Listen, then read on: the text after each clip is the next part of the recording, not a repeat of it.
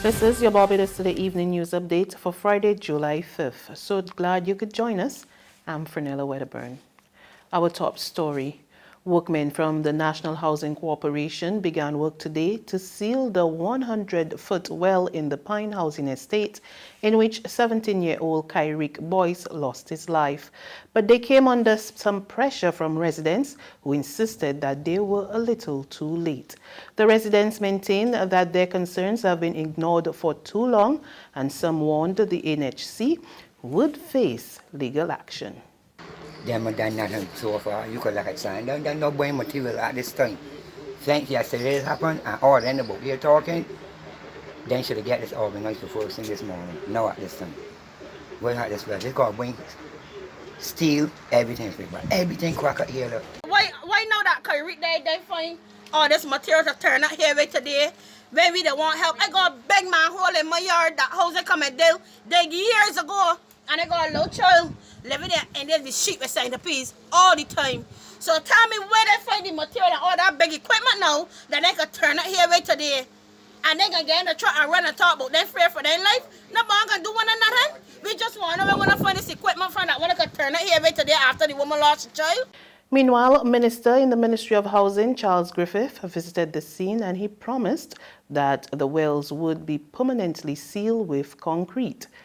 Griffith considered that remedial work and repairs that should have been done on the units have not been carried out in years, and he said his ministry will begin a proactive program to carry out the repairs. Cabinet has stamped its approval on new shutdown procedures for the island in the event of severe weather, a tropical storm or hurricane warning. Under the revised policy, the Minister of Home Affairs will issue a national shutdown administrative instruction to shut down the country following consultation with the relevant agencies in relation to the threat. The national shutdown will be done on a staggered basis to ensure that key elements of national operations are followed to maintain an effective level of operation for as long as possible. According to the schedule for the national shutdown, visitors will be given an opportunity to leave the island 36 to 48 hours ahead of the expected impact, depending on flight availability. And that's all educational institutions, including schools, daycare centers, both for children and the elderly, and the Barbados Community College will close 24 hours ahead of impact. All non-essential services of the public and private sectors must shut down 18 hours ahead of impact, while public shelters will be activated 12 to 18 hours ahead. Except for the emergency services such as the Royal Barbados Police Force, the Barbados Fire Service, the Emergency Ambulance Service, hospitals, and the Department of Emergency Management, the entire country will be shut down 6 hours ahead of impact. The national shutdown policy identifies essential services in the private sector as utility companies, supermarkets, mini-marts, shops, pharmacies, general stores, as well as companies that provide public transportation and telecommunication providers. Prime Minister Mottley welcomes Moody's Investor Services positive rating of the economy. On Tuesday, the New York-based international ratings agency upgraded Barbados's foreign and local currency issuer ratings to CAA1 from CAA3, citing improvements in the country's fiscal and debt matrix. Addressing a town hall meeting with Barbadians living in St. Lucia, where she's attending the CARICOM Heads of Government meeting, Mottley said the positive rating is an endorsement that the country is moving in the right direction. Now, the only reason they'd be doing that is because there is a sense of confidence that Barbados is now moving in the right direction yet again and will secure its future, unlike the last decade. And we take these things in stride. I thank all who continue to work and to lift the heavy burden from the social partnership, labor unions, the private sector organizations, the members of the different government departments and ministries, members of the cabinet, ordinary Barbadians. But I say that we take it in stride because even though this good news continues to come, I am not going to rest, and my government is not going to rest until we are fully and completely out of where we inherited. Barbados is all set to benefit from $17 million in grant funding from China. Today, the two countries signed a new economic and technical cooperation agreement. Minister in the Ministry of Foreign Affairs, Sandra Husbands, who signed on behalf of Bridgetown, said the funds will be utilized for the implementation of ongoing bilateral projects. These include the Hope Agricultural Institute and the Center for Food Security and Entrepreneurship. The objective of the Hope Agricultural Training Institute is to act as a partial training ground for students of the Barbados Community College and the Samuel Jackman Prescott Institute of Technology as they seek to complete their associate degrees, diplomas, and certificates in agricultural programs. The Center for Food Security and Entrepreneurship will aim to encourage and facilitate innovation in Caribbean agribusiness and food production, such as finding new and creative uses for local and regional plants, since it is recognized that agribusiness and food security are key to the Caribbean's socio-economic development.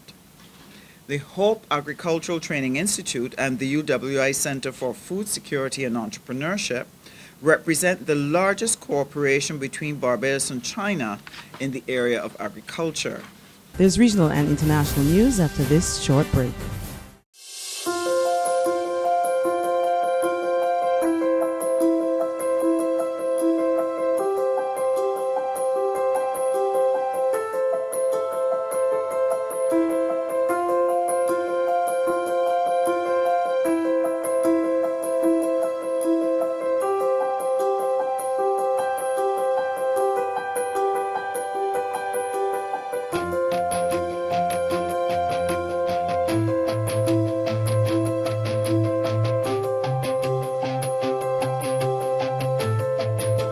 Barbados Today, news you can trust. To regional news now, a probe is continuing in the Bahamas into a helicopter crash which claimed the lives of 7 people. The victims include West Virginia coal billionaire and philanthropist Chris Klein. According to the Royal Bahamas Police Force, a helicopter took off from Big Grand Cay around 2 a.m. yesterday and was reported missing more than 12 hours later, around 2:50 p.m., when it didn't arrive at its destination, Fort Lauderdale. Police officers and residents of Grand Cay discovered the aircraft overturned in 16 feet of water about 2 miles off Grand Cay in Abacos and recovered the bodies of 4 females and 3 males. The Department of Civil Aviation, the Royal Bahamas Police, and the Defense Force are leading the investigations. And on the international scene, a strong aftershock shook Southern California today as residents were still assessing the damage from the strongest earthquake in the region in 25 years that occurred yesterday.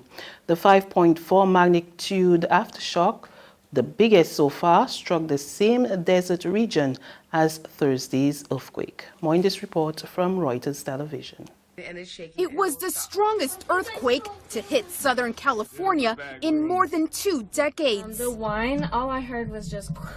Registering 6.4 on the Richter scale Thursday, as geologists were quick to predict the aftershocks were coming. There's also a 20% chance that we're going to have greater than magnitude 5 within that 1 week period. It's very likely with a magnitude 6.4 that you would get aftershocks. Right on cue, Californians on Friday were rattled by another earthquake, a 5.4 magnitude tremor just after 4 a.m. Pacific time. The quake hit near the small town of Ridgecrest. Residents still have to clean up from the first one. Wow. Merchandise thrown off store shelves. Damn, bro, this is crazy. And broken dishes on the floor of this restaurant. I have to clean up later. Thursday's earthquake was the strongest to hit Southern California since 1994. felt by more than 20 million people from Los Angeles to Las Vegas. And everything was shaking, you know. And The quake so powerful that it split the ground across the Mojave Desert. Officials said only a few injuries were reported from Thursday's quake, but 2 houses caught on fire from broken gas pipes. And that's the news. But for the very latest, visit our website www.barbadostoday.bb. You can also subscribe to our e-paper, email updates, or like us on Facebook, and sign up for our breaking news alerts via WhatsApp. We are also on Isumi Media in bus terminals, as well as Screenplay at supermarkets and gas stations near you. And you can also hear us on Mix 96.9 FM and Capital Media HD 99.3 FM. I'm Fernella Wedderburn. Do have a wonderful weekend.